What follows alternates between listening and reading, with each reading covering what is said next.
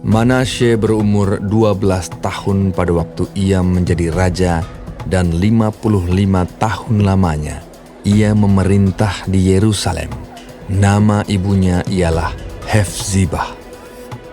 Ia melakukan apa yang jahat di mata Tuhan, sesuai dengan perbuatan keji bangsa-bangsa yang telah dihalau Tuhan dari depan orang Israel.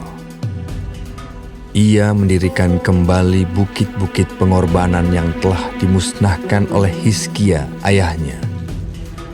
Ia membangun mesbah-mesbah untuk Baal, membuat patung Asyera seperti yang dilakukan Ahab, raja Israel, dan sujud menyembah kepada segenap tentara langit dan beribadah kepadanya.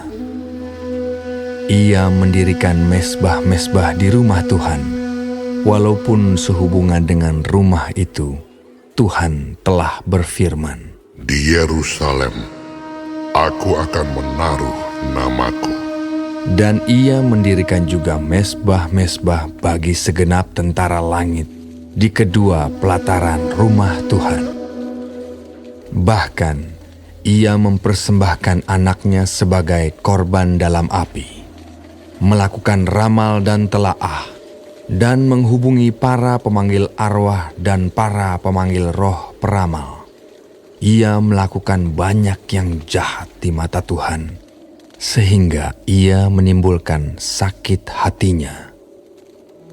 Ia menaruh juga patung Asyera yang telah dibuatnya dalam rumah, walaupun sehubungan dengan rumah itu, Tuhan telah berfirman kepada Daud dan kepada Salomo anaknya, "Dalam rumah ini dan di Yerusalem, yang telah kupilih dari antara segala suku Israel, aku akan menaruh namaku untuk selama-lamanya.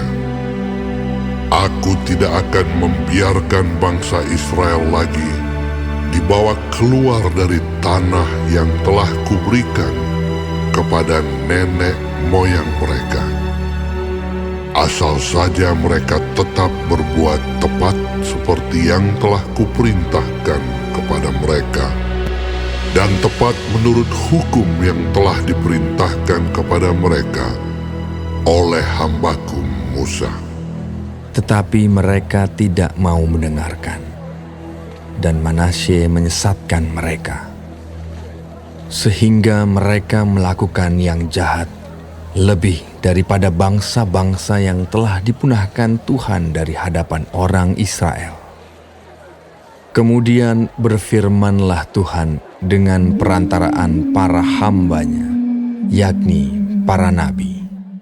"Oleh karena Manasye, Raja Yehuda, telah melakukan kekejian-kekejian ini, berbuat jahat lebih daripada segala yang telah dilakukan oleh orang Amori yang mendahului dia, dan dengan berhala-berhalanya, ia telah mengakibatkan orang Yehuda berdosa pula. Sebab itu beginilah firman Tuhan Allah Israel, sesungguhnya aku akan mendatangkan malapetaka atas Yerusalem dan Yehuda, sehingga setiap orang yang mendengarnya akan bising kedua telinganya. Dan aku akan merentangkan atas Yerusalem tali pengukur sama seperti atas Samaria, dan tali unting-unting sama seperti atas keluarga Ahab. Dan aku akan menghapuskan Yerusalem seperti orang menghapus pinggan, yakni habis dihapus, dibalikkan pula menungging. Aku akan membuangkan sisa milik pusakaku, dan akan menyerahkan mereka ke dalam tangan musuh-musuh mereka, sehingga mereka menjadi jarahan dan menjadi rampasan bagi semua musuh mereka. Oleh karena mereka telah melakukan apa yang jahat di mataku, dan dengan demikian Mereka menimbulkan sakit hatiku, mulai dari hari nenek moyang mereka keluar dari Mesir sampai hari ini. Lagi pula, Manasye mencurahkan darah orang yang tidak bersalah sedemikian banyak, hingga dipenuhinya Yerusalem dari ujung ke ujung, belum termasuk dosa-dosanya yang mengakibatkan orang Yehuda berdosa pula dengan berbuat apa yang jahat di mata Tuhan.